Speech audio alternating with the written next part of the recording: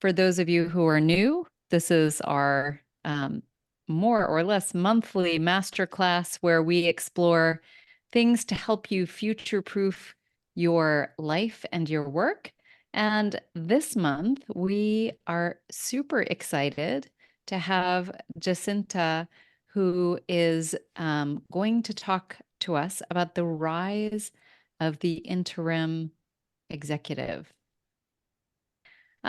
So this is something we do every month, and interim work is something that is part of, in some parts of the world, a blossoming portfolio career. I was lucky enough to meet Jacinta, who is based down in Australia. She is a partner with Watermark Executive Search, an award-winning author, thought leader, and popular speaker on the concept of interim execs, portfolio careers, and my favorite topic, future of work. She leads the Melbourne office of Watermark and has 25 years experience starting and leading interim businesses in New York, Australia, and my hometown of Hong Kong.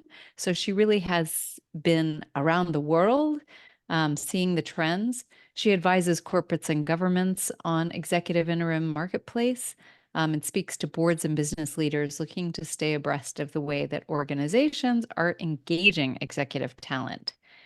She has a BA in business and a GAICD and Harvard Business School alum from 2018.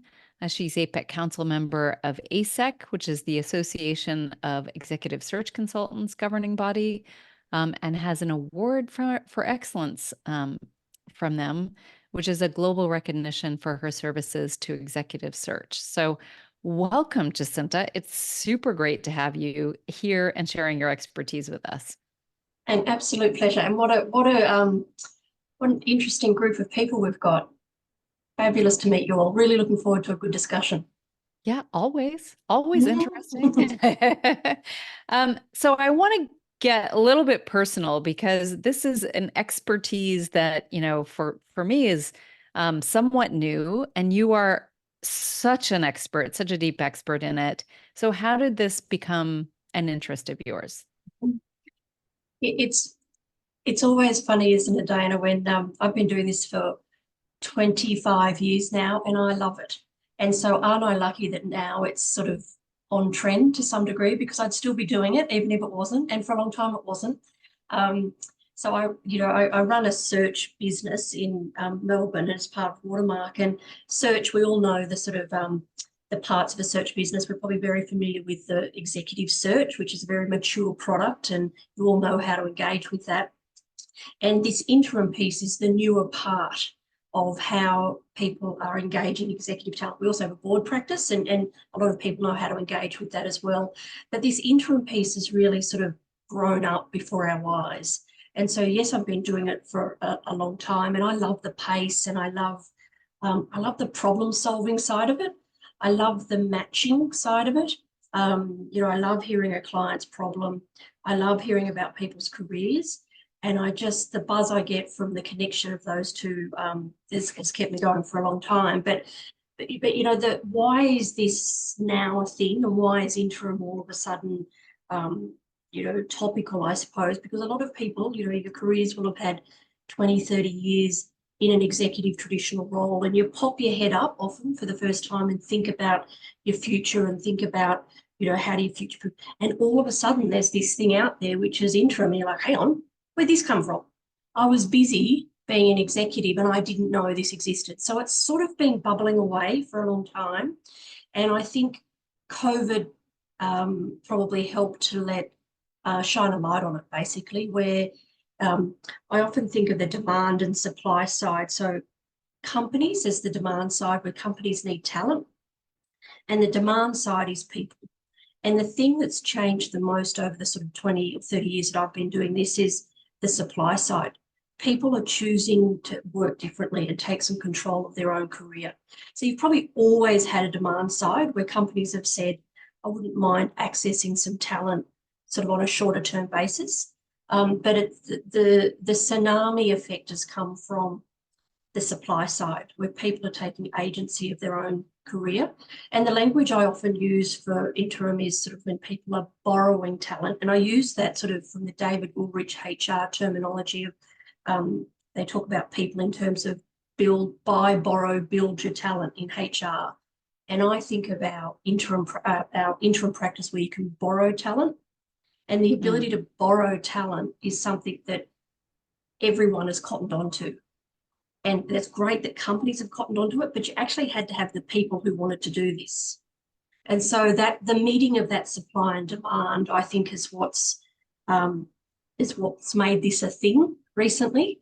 And you know, if I go back to the business that we're in of search, I think of our search business where people buy talent, they bring it in and they own it to some degree, or that's sort of how it feels. The biggest growth area in the world in executive talent is people saying, I want to borrow it. I want to borrow it for short, sharp amounts of time to sort of solve a problem, move us forward, but not forever.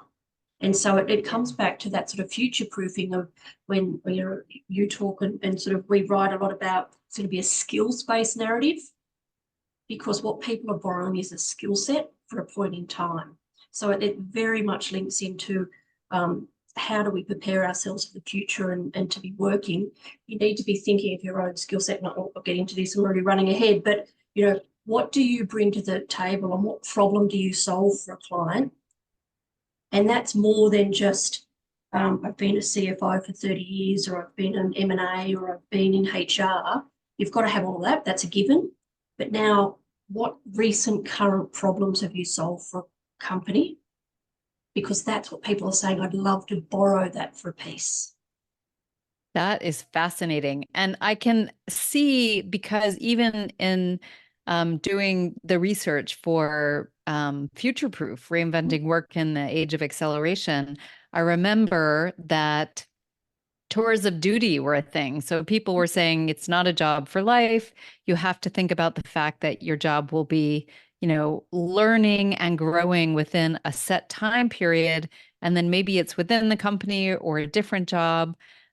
You'll move on. And in a way, this is, you know, almost the most honest possibility to be an interim exec, to go in and say, actually, I am going to do a tour of duty, and it's going to be this, and it's going to be focused on solving X problem or X gap that you have, and, you know, really making that work for both of us in a really transparent way.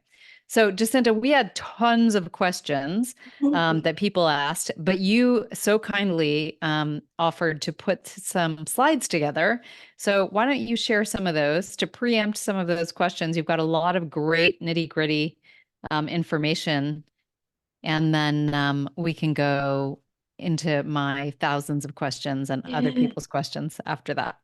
And definitely, and I'll pause throughout. I've done this really just to anchor us, so I can get a bit carried away on this topic. So I really want this to be about what you want to ask and what it might mean to you, and what at the end I've got what scares you about this, what excites you about this, because today's really about informing you about what this looks like, if this is something you choose to do, and have enough in your mind so that when you take it away, you've really got some ability to really discern.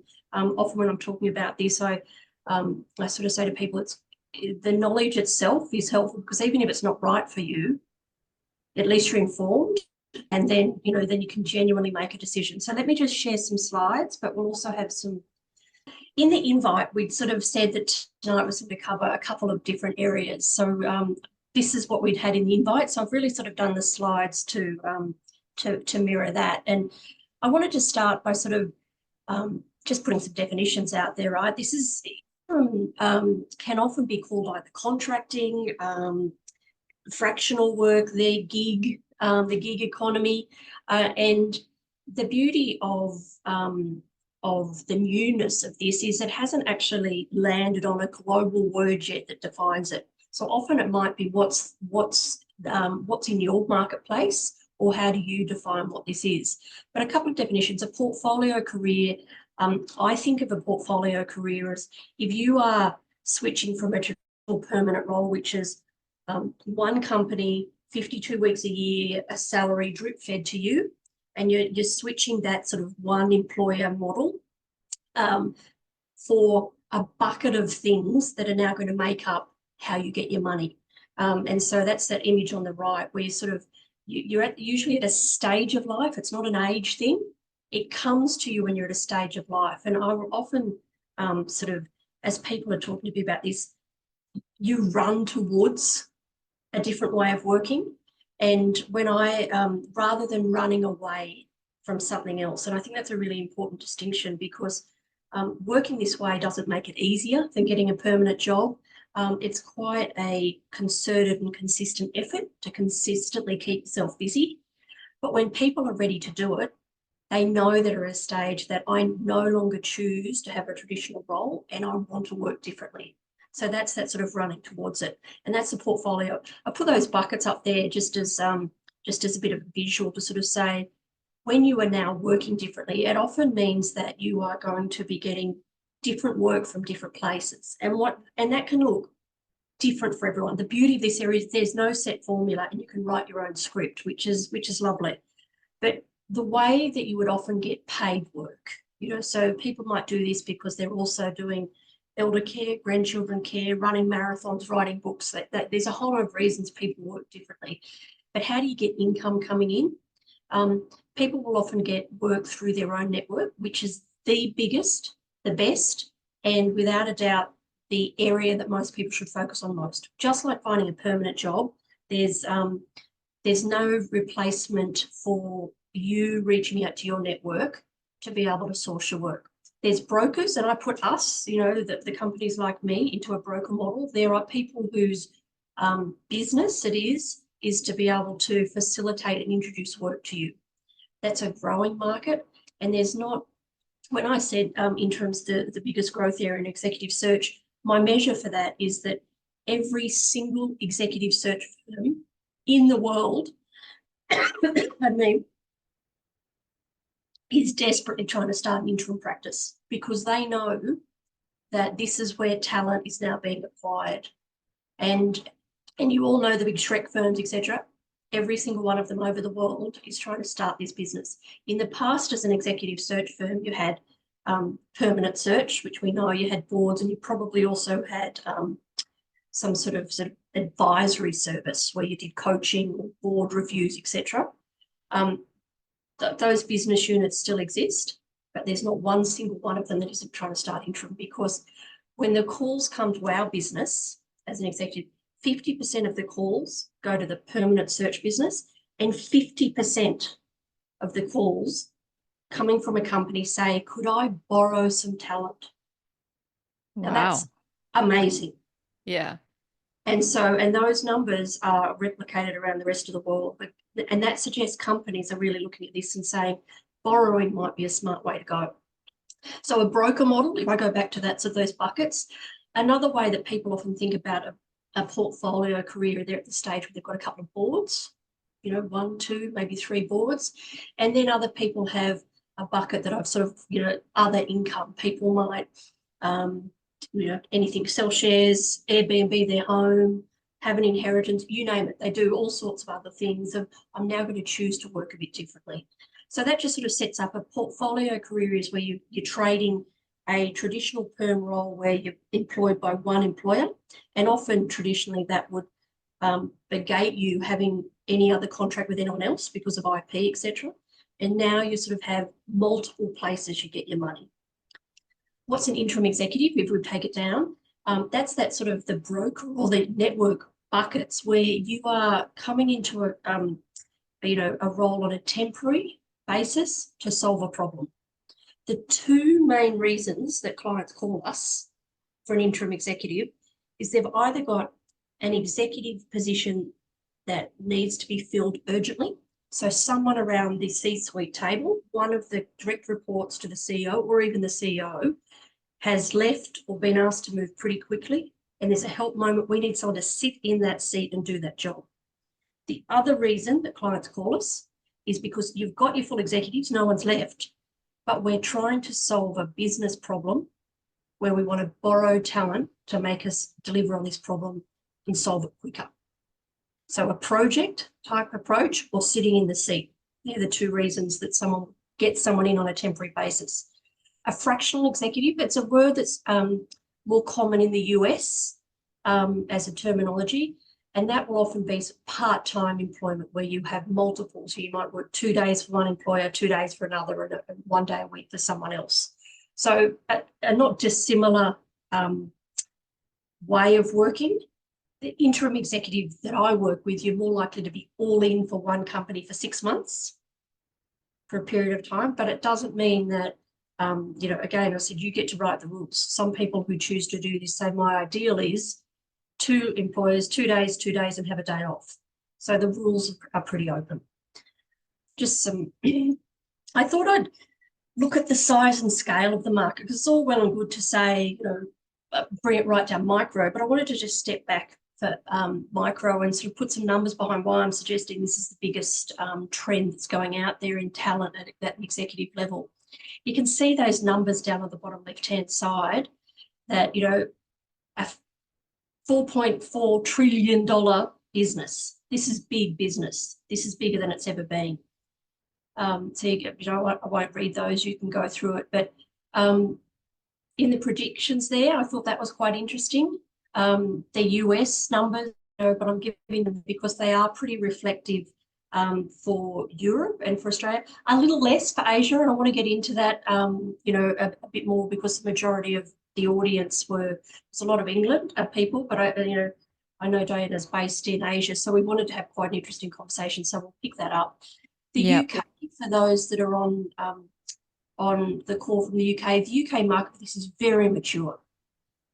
There's an association of executive search professionals where this is a genuine career choice for a lot of people. This isn't a 4-second, which perhaps it's been in other markets for a period of time. It's not a plan B. It's very much a plan A.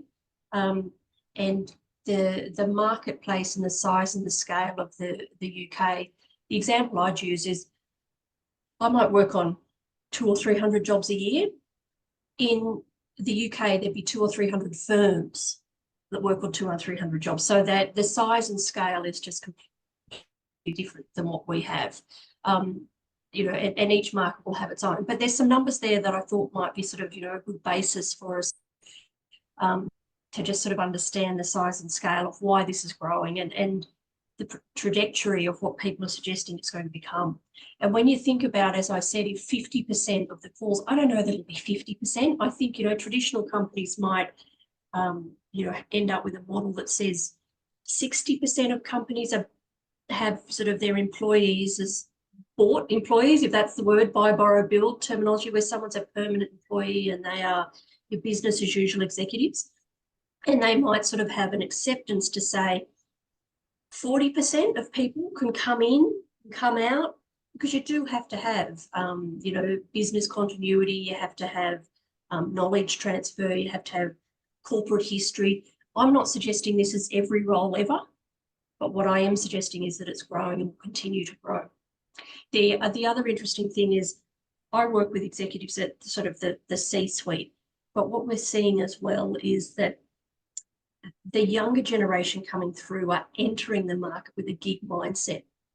So they are thinking as they enter the marketplace, I'm not going to work for my employer forever, you know, and Diana's work about the future of work and a lot of other commentary would suggest that that's no longer how it's going to be. And how do we prepare ourselves that we have to have the right skills to work for multiple different companies over many years? And so we're seeing that as people enter the workforce now, that they're starting the workforce. I work with people who are sort of potentially more ending their careers thinking about this, and this is a sort of a step post a traditional career. But I think we will see that change, and that the whole marketplace will have times in your life where you choose to be a permanent employee of a company because it suits where you're at, and there'll be times where you don't choose that, or you choose a more flexible path, and it'll be more the determined. I think the power is sitting with the individual, where the contract that sits behind the work you do will be a bit more your choice, because there's not a person I've ever met who doesn't want to do good work and line up behind a company that aligns with their purpose and passion. That's a given.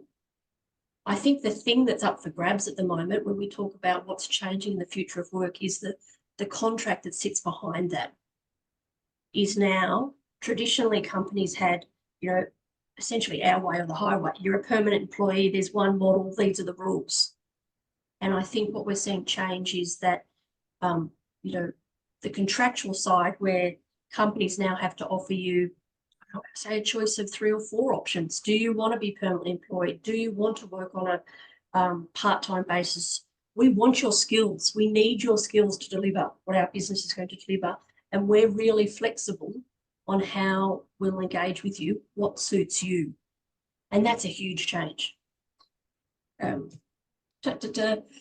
We've done some avatars. We do a lot of research on this, and we do a great survey every year. And there's some, again, I'm not going to read it. I can send this all to you. But what we did to try and make some sense of all the data was try and break it down into 2 avatars. Well, who does this and why? And so you can see there we've done Eloise and Ivan, E and I, as in executive interims.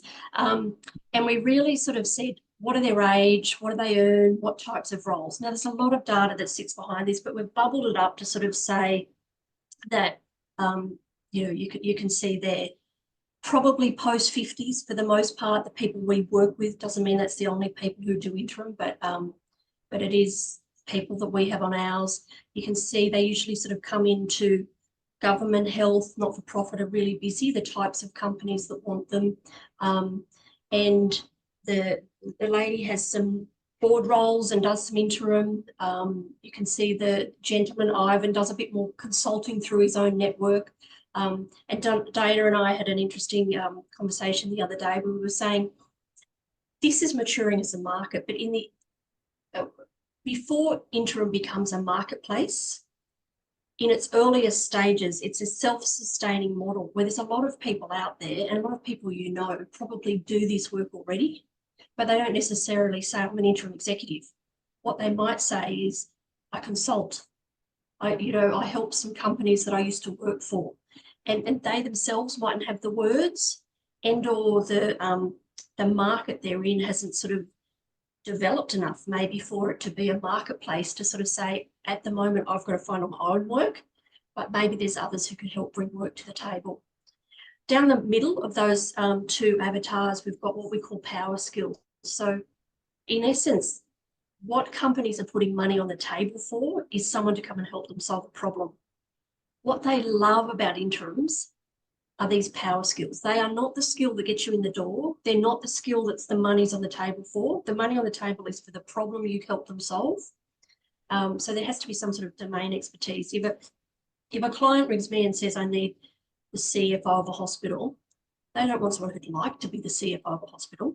They actually have someone who has that skill, has proven as an interim, you essentially overhit the mark. And over on the left-hand side, you can see some of that, why do they come in? They have senior experience where they have proven that they can do this skill. And we are borrowing them because of that.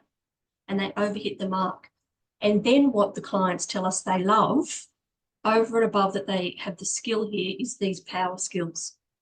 People of, that run towards this and it's right for them are usually really good at stakeholder management, emotional intelligence. They can come in, they know how to solve a problem. They're good in agile environments. And so when people say to me, am I right for interim? I'll always push it back to them and say, I don't actually know. Over to you. Are you right for interim? Because if it's what you want to do, you will make it happen. But you're the only one who knows that. And so we do a whole lot of other work around, making sure you've got what I would call superpowers. What can you bring to the table? But the thing that probably would draw you to this in the first place is over your career, there's probably some themes where you've probably been the person who they threw the problems to. You're probably the person who, people kept tapping you on the shoulder because they knew you were good at something. These are the sort of skills that time and time again people run towards interim because of some basic skills and themes across their career. Why do organisations access this talent? I think it's, there's things you can read through there, but I think in essence, what companies are saying is where I started. Could I solve this problem quickly that wraps around the rest of the business that I've already got? And is there someone out there with a skill set that could accelerate, get back on track a project, overhit the mark, help us move forward? And so that's essentially what companies are saying to us when they ring. Have you got someone who can help us deliver what our business objective is? This is a bit busy, I know, but in our survey, we ask, there's a whole lot of information that comes up, and the 5 key themes that came out of last year's survey, we've been doing this for 13 years, so I have this lovely longitudinal study. And what we do is get 400 or 500 interim executives, not all interim working for us, people who work in the Australian marketplace, and we ask them why they do it, a whole lot of questions. And won't surprise you, but number 1 that came out last year was this theme of longevity. You know, one of the reasons that people are running towards this is because they are now actively choosing to work differently for longer. And, you know, our theme tonight is longevity. So I thought that was really interesting. The other one that, you know, I'll just touch on is this skills revolution, where people are saying it's the currency of your skills and what you consistently bring to market and can help bring to others, which is the key, that is the difference of what interims bring. And I think you'll see that even more where companies are hiring for skill. They're not hiring for a degree you did 20 years ago. They're hiring for skills that are relevant and help us solve today's problems. So that then pushes it back to each of us to say, are we current with those skills? Are we keeping ourselves up to date? And so it's no longer good enough to have just your domain expertise. I can be a head of HR, but if I haven't dealt with some of the current issues, which are productivity, return to work policies, you know, all the different things that are really current, then you won't be able to come in and help a company, because that's the problems they're trying to solve. So if you've done those, you're really relevant. There's some other things there about we all want meaningful work. That won't surprise anyone.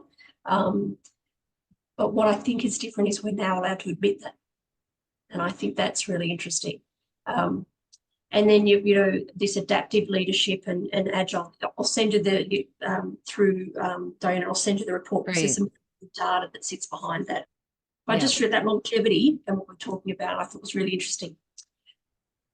I have a bit of a pause because what I'm going to get back onto now, the next couple of slides are a bit more micro. You know, if you wanted to work this way, how would you go about it? And what do you need to think about? And how do you define what you do? But Diana, I'll just pause for a minute and see if you had any questions or about the bigger, why this is a thing. Yeah. So I know that Damien has popped a question in that we talked about right before the call, which is he's talked to the big executive recruiting firms, and they talk about Hong Kong, Singapore being kind of small markets and not really interim friendly. And I just wonder, like, so if you are in that market, I mean, one of the things I know is that because we've worked with them, there's, for instance, collectives popping up. Like if you are, you know, a big consulting firm that's placing full-time CEOs left, right, and center, then this is, like most disruption, something that you worry will cannibalize, and you know, you don't necessarily want to push on it. But there are others, like Neon Leaders is a collective of marketing people who has sent people through Future Proof course who place people in interim positions as they, you know, either are looking for other work or they've agreed that they'll take some time off. So there are little, you know, pockets of things that are happening, and multinationals are, you know, going, great, I have all these CMOs that I can call upon because somebody is, you know, taking a break or whatever. But you know, what can we do if we're in Hong Kong and Singapore? What would you suggest? Yeah. I think you're right that you probably, as I mentioned, when the market's still relatively embryonic, it will self-solve, and people sort of either have collectives or they'll not be under the radar, but some of your network is where you are most likely to find work. And even in a market that's more mature, in the UK or in Australia, your network is still where you find 80% of your roles. So, you know, even in Hong Kong or Singapore where it's smaller, people like brokers like me coming into the market probably only add another 20% to the workload that you'd be getting, because it still falls on you to be able to, have a crisp offering, have a value proposition, be able to keep yourself sustained in work. And then I think another thing, that's the candidate side. What can they do? I think you then have to think, who's open to this? Instead of trying to, push the proverbial uphill, you sort of need to go where you value and people understand the benefit of an interim. So in many Asian countries, that might be the more multinational companies, because they get the concept, they value the concept. And if you have to work too hard to convince someone that this is a good thing, you're probably less likely to get the assignment. So I think a couple of things you can, work your BD more where you're going to have a stronger chance of getting the work, that multinational. And, you can start to build small collectives. I think the best way still to do it is if it comes back to this strategic positioning. If you can present to the market that you've got a skill that solves a problem that the market's got, rather than what keeps you busy. So less about what's in it for you as the individual, but thinking about the client and what problem do you solve for them. And in every BD meeting or sort of work opportunity you have, telling them how your skills solve their problem is a cut through, conversation every day of the week. Whether there's a marketplace or not, you've got to have a really strong value proposition. So I don't have all the answers for Asia, but, that would be my suggestion. So Selena was also asking, do people embark on interim executive roles in the hope of converting them to permanent roles, or is that a no-no? Well, of course they do. And over many years, I've been keeping a lot of stats on this. I'm an accountant by background, so of course I keep stats and spreadsheets as a hobby. But over many years, the statistic for me of it converting to perm is 10%. So I think some people, it comes back to that, are you running towards this or are you running away from something else? So if finding a permanent job's hard, a lot of people come to me hoping this is a silver bullet. If I get my foot in the door, it'll turn to perm. What that says to me is you really want a job, so go hard and look for a permanent job. Because when people are truly at the stage that they're at portfolio career, they no longer want a permanent job. So converting to perm becomes less of an issue. What I find is quite a few of the people in that, who think that way, the clients always ask them, do they want a perm job? Because they're really good and they keep delivering, and they say, that's not how I choose to work. And they're really clear. I'm here for a short time to deliver what we've agreed. But I don't do that anymore. And it's the thing about permanent work, when people ask me that question, the flag that raises for me is they really want a permanent job. Yeah. And that's okay. If you want a permanent job, go hard at a permanent job. But it says to me that you're not yet fully, running towards this. You're 50 cents each way, which is fine. But the rubber hits the road when, if we put someone on an interim assignment for 6 months and they say, oh, but I'm waiting to hear about a permanent job, and I'd need to leave it halfway through, we go, well, that's not a good look for anyone. That's so interesting, because there is in my opinion, there's a sort of blurring of lines where, people have to work, and there is that tension between, okay, if I want a job and an interim one is one possibility. I think people are always open if you have a really fantastic time and feel like you're adding value. Of course, maybe there's openness on both sides, depending on the situation. Because when you say, it's something you should run towards in your book, one of the big sort of surprises to me was you position it as like, once you go interim, you never go back, or that's something that you should be really considering. Like, it's not one of many things that you do, including full-time positions. And then if you're on a break, then you're doing it. You were like, nope, if you're going to do interim, like, you should commit to that. It's not, I think it's not quite as temporary as I previously thought of it as. And if this is people's plan A and it's how, have a sort of a consultancy business that, part of that might be interim, then the amount of time you invest to get your network knowing to call you on a sales cycle means that you don't want to confuse the market all the time. So if you say to the market, I'm here and I'm now going to do interim assignments and call me for these projects, and then the next week you go and take a perm job, they're like, oh, I it can confuse the market a bit, but I get it. And I think the difference is that people want interesting work. So if we come back to that and, how do we think about the future of work? We all want interesting work that lines up with what we do. And I think the change will happen less where I'm asking people to, spit and blood and shake their hand and say they'll only ever do interim. That's not what I'm about. But what I'm saying is once you're at this stage, you're quite there in your head. But I think what will happen is people will have a mindset that says, what do I solve and what problem do I bring to the table and what are my superpowers and what am I good at? And then they'll be able to have a bit more power back to the company to say, how should we work together on this assignment for my skills to be used with you and your company at the moment? And sometimes they might say, I think in this future and this longevity of work, they might say, we really need you to sign up on a 3-year executive contract because that's how long we need you to commit. Yeah. And so people might sort of go, okay, is that a permanent job or is that a contract? So I think that it's a mindset shift to say, I'm here to solve this problem for as long as it takes. Sometimes that could be 6 months. Sometimes that could be 3 years. But that's how I choose to work. So I think the change will come more from the contractual setting at the back rather than committing people to say, you are never allowed to have another permanent job. That's not at all what I'm about. But I am saying it's hard to be a bet both ways. Yep.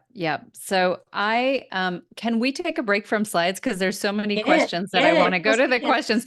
The premium of having you live to ask questions too is so amazing. So let me go up. Graham, you have a question. Do you want to ask that? Yep. It was really just to ask about how it ties in with ongoing education.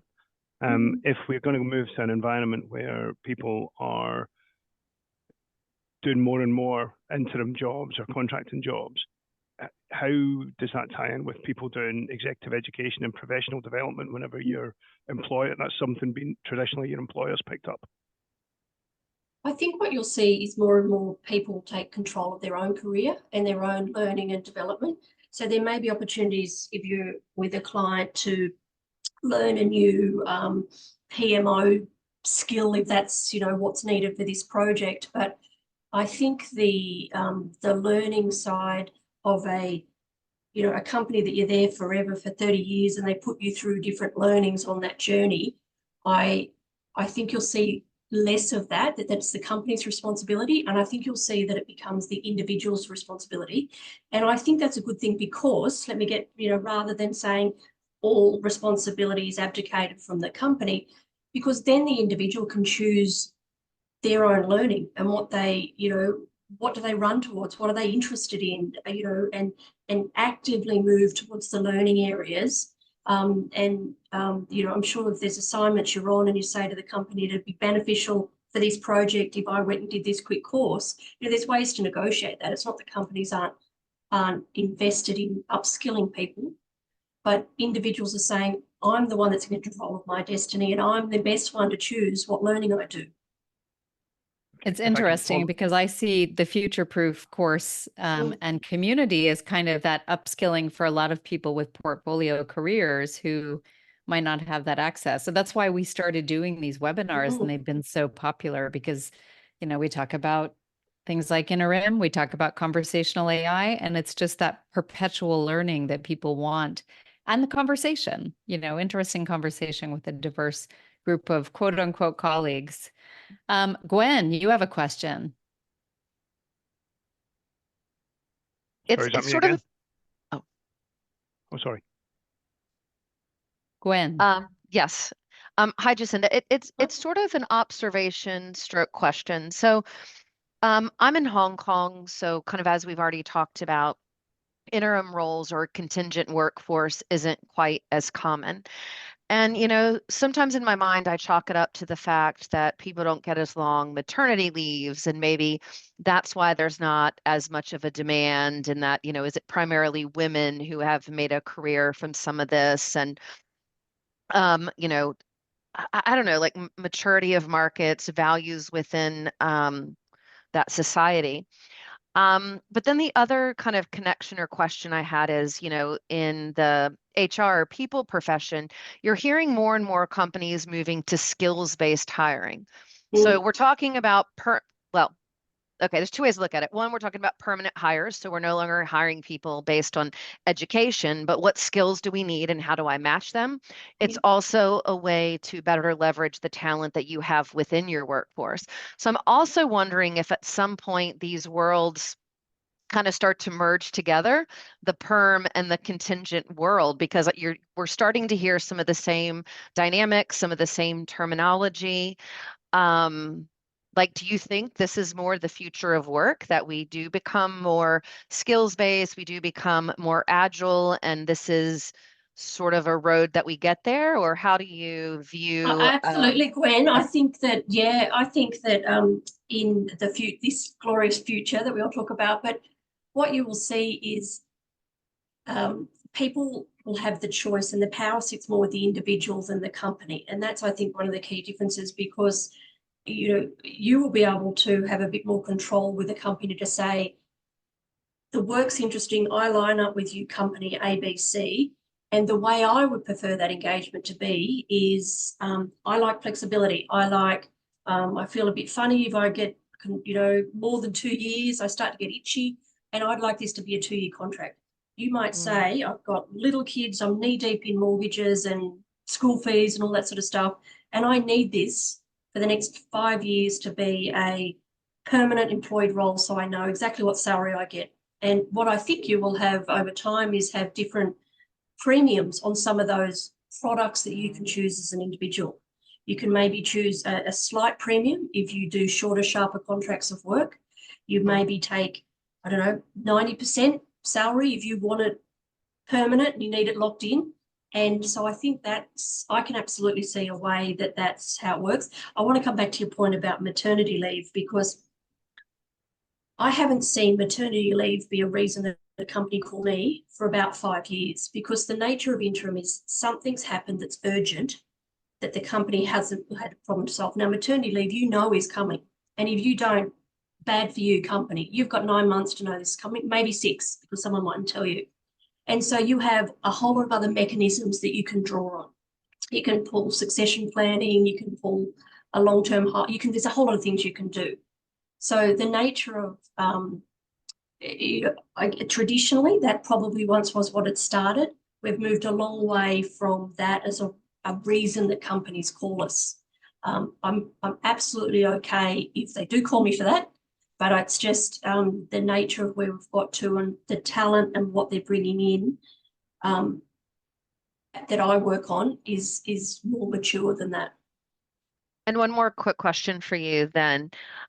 Maybe again, it's because I'm in one of the more conservative places on this, but I guess companies will evolve their perspective on this and their different options based on the need they have. So if they have a problem that they really need someone to come in and solve, then they'll sort out the contract or they'll sort out the comp. I just think today so many companies aren't ready to welcome that talent, or, we don't have solutions yet for it. 2 reasons that I get the biggest pushback from the company side. One is their procurement system is quite rigid. So, they have psych assessments. They've got big, long processes. You've got to meet 20 people in the organisation for a perm job. And then if something needs to happen quickly, it throws their system out. Big companies often as well have a lot of depth. So they'll have people sitting one out, one back that can act up. So big companies, I find interestingly, are the slowest to move on this. Maybe it's a case of having to turn a big ship. And I feel this, a medium or a small company are more nimble, and there's probably less depth of people. So when you need an immediate solution, you do. The other thing I find when I have pushback from companies, it's usually the individuals themselves. So let's say I'm talking to the head of HR, and they might say, what's wrong with these people? Why can't they get a permanent job? Now, what I find there is that's mostly their own thought process. So I can actually see the mirror held up to them where they've never thought about working this way, so they can't imagine why anyone else can't. And so there's an education piece, whereas if that's how you think, it's probably hard for me to change your mind. So we are more likely, that's why I go to the companies who get this a bit more, value it a bit more. And then I think there's sort of a ripple effect where they start to hear and see that other companies do it, and or they themselves have a different perspective. Interestingly, whenever I go and see a C-suite, so let's say I'm seeing the CEO of a company and we say what we do, every single one of them takes one business card. In the days when you had business cards and you went to real life meetings, every single one of them takes a business card and puts one in their back pocket and says, I wouldn't mind doing this. And then they take another and they say, I'll put this in my Rolodex, and so those things existed, and I'll think about it for the company. And, self-interest drives all of us every day. And so I think one of the other reasons that interim is now becoming so popular is that there's a tidal wave of people who are senior who are thinking, how do I have a longer career? How do I keep busy? And if they're thinking of it and trying to solve it for themselves, you can bet that they will then be the first ones to start to say, well, let's try this ourselves and see if it works. So that's been a huge motivator, maybe, or probably something that's changed the dial in this conversation. People who are saying, I wouldn't mind that myself.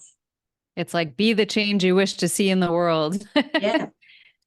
Elaine, you said something about I'm going to have you unmute and just ask the question so that you can explain it better than I can. Sorry for my gym wear. So, hi, I am a CFO full-time, and I decided I'm going to pivot to a portfolio career. So this is very, very informative. Now, I've been speaking to quite a number of people that would say, oh, CFO is always needed, whether it's like an emergency basis or there's a special projects, etc. And so to really exaggerate it is like, they'll be like, oh, so for example, if somebody wants to implement an ERP, I was like, oh, don't call me.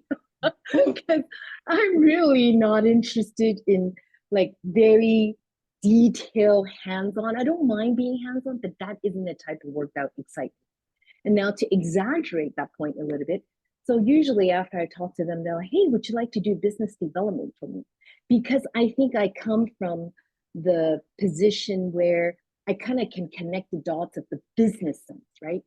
So within that, can the skill set be useful for interim management? Because it's not depth, it's breadth. Yeah, Elaine, a couple of things there. The CFO function is our biggest need. So CFOs lend themselves very well to being borrowed. It's an executive role that can't be left vacant, and not many others on the executive can do it. If you've got year end to happen, then so it lends itself well to doing this. Probably at the other end, the sector that lends itself least to doing this, not that we don't ever get it, but a sales role, because it has such a long tail and usually commissions assigned to it, etc. So it's less likely to be borrowed for just short amount of time. Your comment about what skill you come in to do, that's more about how you promote what it is you come in to do for a company. And so we do a lot of work with people who are working this way to say, what's your superpower we would use, but what's your value proposition? Because I love, if it's ERP, don't call me, that's not what for me. We need to change that so that people are not thinking what they don't call you for. What do you call me for? And your comment about, I probably have this comment every day, call me for anything because I want depth. I want less depth. You have to remember for interims, your depth is a bit of a given. So one of the key differences between a permanent role and an interim role is if you're going for a permanent role and you're a senior person, they are buying your runway, essentially. They're buying your leadership skills, your vision, your stakeholder management, your leader team. When you do interim, that's a price of entry. That's a given. but it's not what the money's on the table for. They have got money on the table if, in this instance, they want to solve an ERP and you could do that. Or if it's an M&A deal and you can pull the modelling together for that, what could you do for them? And then thank you very much. We'll take that you're a good leader and you can see other things and you can work well with teams. All that sort of stuff's great. But no one ever calls me and just says, give me a good generalist. Give me a good leader. And so again, that's another reason why I sort of bang on a bit about you have to have a strong value proposition so the market knows what to call you for. That's more than vanilla statements, because that's the only way to get cut through. And it's the way to differentiate yourself in the market, because everyone else out there is saying, I can do a bit of anything, call me. And no one will ever call you, because like, what does that mean? And the example I have is if I need so I had the other day, I had to find a CEO for a hospital. The hospital don't want to, the government have to approve it. They don't want someone who'd like to be the CEO of a hospital. They need someone who has been the CEO of a hospital, who can prove that they've done it. It's a lay down misère. I can see that you overhit the mark and you would know how to do this. So there's a whole lot that unpacks, Elaine, but it's a really good point. A couple of things, but the CFO function, the other busy roles, I mean, whatever seat sits around an executive table can be borrowed without a doubt and can be an interim. Over my 30 years, CFO is probably the most borrowed. And then it ebbs and flows depending on what you need. So during a COVID period, chief people officers, HR was something that people needed to borrow mature skills, because we need people who overhit the mark in this. CIOs can be borrowed well. We get quite a few sort of operational, someone to run a manufacturing, the COO of a manufacturing plant. So any skill can be borrowed, but without a doubt, CFOs are our busiest. I wish I could print them on a machine. That's fascinating. Well, so you talk a little bit about superpowers. We have 7 minutes left. Do you think it's worth doing superpowers on the slides, or do you have a few takeaways for us about, the value proposition is what it's actually, what I swear I bang on so much about in Future Proof course is really going about that articulation and in fact having a spike, sometimes they call it, where you are what you are, and then here's your or T-shaped, where you have that real expertise. Let me just quickly share one thing of how to think about your superpowers. So it sounds like a good thing to say, right? Superpowers, and we say it so that it sticks in your mind, but for you to go back and actually do the work on this, it's questions for yourself about what problems were you the one that was always thrown to you to solve? In your career, whether, go and start another geography, go and fix that project, get that back on the rails. What were you tapped on the shoulder for consistently?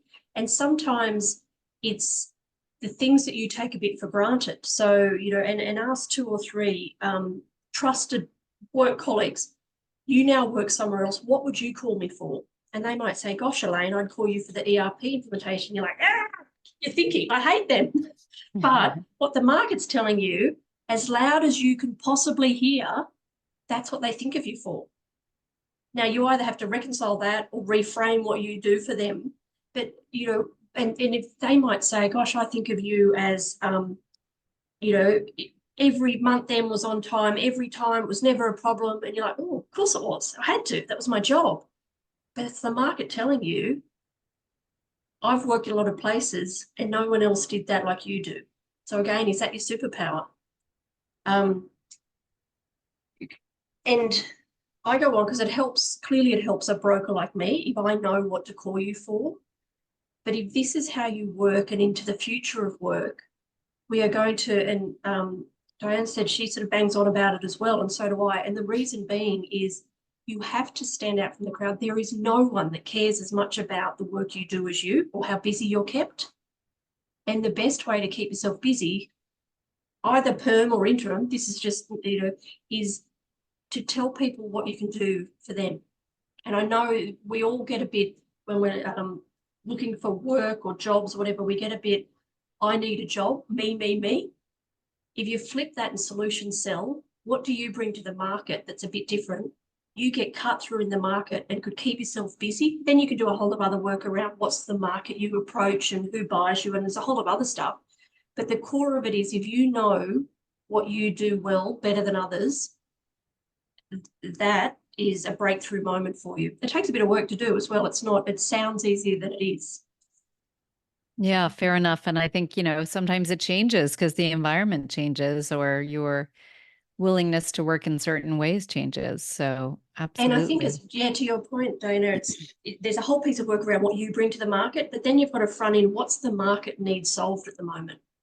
And there's some common things that the market needs solved. And if we just, generative AI and productivity and moving things to the cloud, they're things that every single company, no matter what sector, no matter what geography, they're all trying to solve those problems. If you, in your domain area of expertise, let's say you're a supply chain and you know how to move everything to the cloud, that's a skill that people want to borrow. So it's your skill, you figured out what you're good at, and then you've figured out what the market needs to buy. So you can solution sell that in. Absolutely.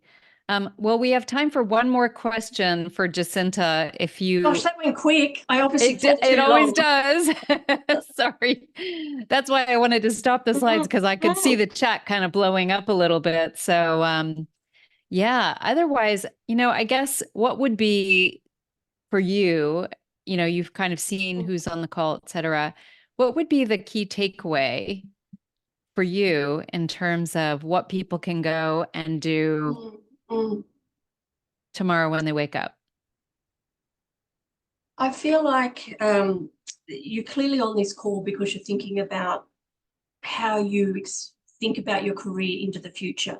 And I love that you're already there. And so that's better than, a lot of people who haven't even thought through that. But I think it's about really understanding what you bring to the market that you can articulate that's not generic. That will be the key difference for no matter what you need this for. As I said, permanent, interim, consulting, whatever you call it in your marketplace, having a clear value proposition would be the thing that I hope we've done some work, some conversation today that helps you take that away and think, if I was to go out and do this, what could I possibly take to the market that would define a niche that I can keep busy in? How would I sustain myself over a long amount of time for this? Yeah. And really a problem solving focus, because as senior execs, part of it is our presence. It's the way that we interact with our teams, et cetera. So the problem solving thing to me was a real, a real sharp skills. Point. Yeah, sharp point. And I really like what you said about running towards it as opposed to running away from something. And also the fact that it's not so different, but it's really the contract that sits behind the way that we're engaging with work that's changing. So